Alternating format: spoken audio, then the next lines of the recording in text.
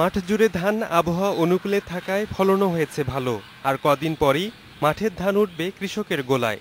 গত বছর যেখানে 22-23 মণ বিঘাপতি ধান পেয়েছিলাম, এবছর আমরা 5% কর্তন করে যেটা দেখছি তাতে আমরা প্রায় 23 থেকে 24 মণ ধান পাচ্ছি।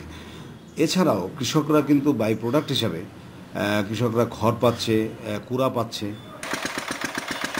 ধানের বাম্পার ফলনে খুশি দিনাজপুরের চাষি। তারা বলছেন, সরকার 23 টাকা কেজিতে ধান কিনলে মিলবে লাভের দেখা। তবে অতীত অভিজ্ঞতা ভালো না হওয়ায় কাটছে না সংশয়।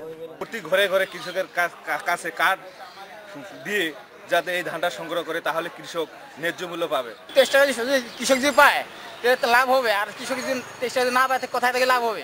সরকারের সরাসরি ধান কেনার সিদ্ধান্তে আশ্বস্ত হতে পারছেন না নেত্রকোনার চাষি। অভিযোগ, প্রতি বছরই এমন ঘোষণা দেয়া হলেও ধান চাল কেনা হয় মিল মালিকদের কাছ থেকেই। কারণ সরকার বলে আমরা কাছ থেকে কিনবো ধান, কিনেন না, তারপরে বাধ্য মিলার কাছে আমরা বেচতে হয়। একই অভিযোগ রয়েছে কুষ্টিয়া, নওগাঁ ও বগুড়ায়। তবে তা মানতে নারাজ সরকারের এই কর্মকর্তা। ধান কৃষকদের কাছে কেনার নিয়ম, কিন্তু মিলারদের কাছে ধান কোনদিন কেনা হয় না, আর কেনা হবেও না। আপনার বক্তব্য সঠিক না। 5ই মে থেকে শুরু হয়ে ধান চাল সংগ্রহ অভিযান চলবে 31শে আগস্ট পর্যন্ত।